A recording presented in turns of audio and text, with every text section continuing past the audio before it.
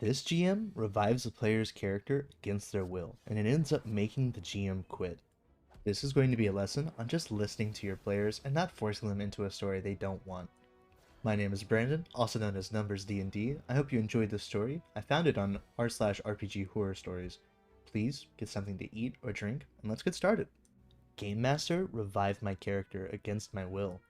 I played a game in a big licensed setting a few years ago. I sacrificed my robot character against a frankly overpowered enemy. Nothing we did against him mattered. GM would simply say it doesn't hit, work, or affect him, even if we were rolling successfully. He had us all on the ropes, and I was tired of the fight, so I had my robot character make a big, stupid attack to let everyone else escape while the baddie held my character down with 1 foot or something. The game master messaged me, "Are you sure?" And I responded yes. The rest of the night, I unplugged my headphones and folded laundry while the rest of the party escaped in horrified shock. One player tried to do his own big backstory reveal, and no one acknowledged him because no one in the party knew how to react to player death. I reacted by organizing my socks. I made a new character, and the game went on, not so smoothly. The game master asked me how I wanted my robot brought back. Not if, but how. I gave them a simple idea. He would be staggering back to base, beat to hell, memory banks damaged, doesn't retain any data on the party, but maybe clutching something vital to the mission. They agreed at first, though they asked me a few more times about what I wanted. They claimed that they had forgotten we ever talked about it, but I'm not too sure. A few real-life months later, less than 10 or so sessions, we met a mechanic NPC. She led us to a back room to meet her new project. To all of our surprise, but mostly mine, there's my robot. The Game Master emphasized that they looked in better condition than the party had ever seen them.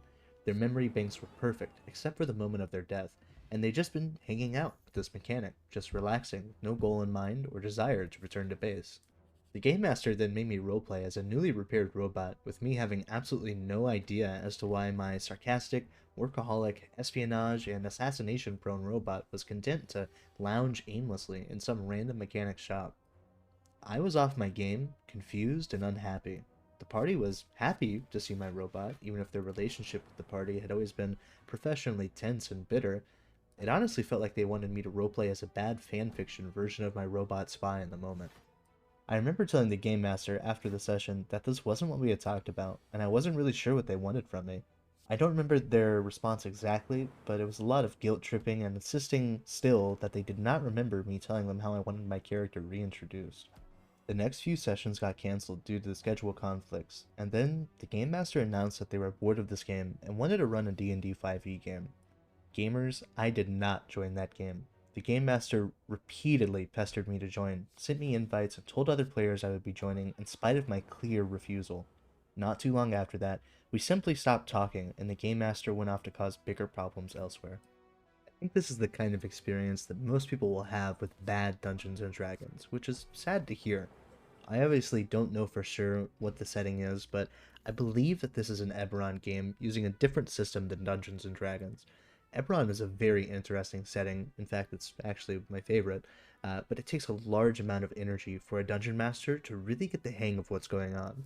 It doesn't help that they're trying to introduce a big bad evil guy that just can't be hurt by the party. In my opinion, I think it's a great idea for the party to get to see the journey of the big bad evil guy unfold in front of them. Think of some of your favorite villains in games and movies. Ones that come to mind for me are Handsome Jack from Borderlands 2. You get to see his journey from a diabolical and egotistical villain to someone who would rather watch the world burn than have you beat him. He goes from someone who's willing to buy a diamond pony just to make fun of you, to watching you and his daughter conspire against him, forcing him to make an ultimate sacrifice. A bullet that he not only bites, but also tries to spit back at you. Spoiler warning for Cyberpunk 2077. Another villain that comes to mind is Yorinobu Arasaka from Cyberpunk 2077. This is the kind of realistic villainy that makes me excited to play Dungeons & Dragons for politics and surprises. You watch Yorinobu, the richest and most influential person on the planet, someone who commands enough nuclear weapons to blow up half the planet if he wanted to, get murdered by his son, who then proceeds to try and coup the Arasaka Corporation. In the end, Yorinobu's mind is brought back to life using the special item that you're given at the start of your story. Now living in his son's body, This is the kind of story that makes your players feel like they've been played for fools just by existing in the same world as your big bad evil guy. I've had dungeon masters in the past say they're fine with me writing as much as I wanted for a character's backstory, and then when I hand them my backstory, they go, "That's great. You don't remember any of it." And that always made me really frustrated. It actually happened to me more than once, which was surprising.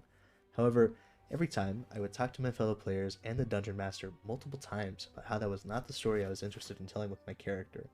Luckily for me, my party was made aware of everything the DM was trying to do.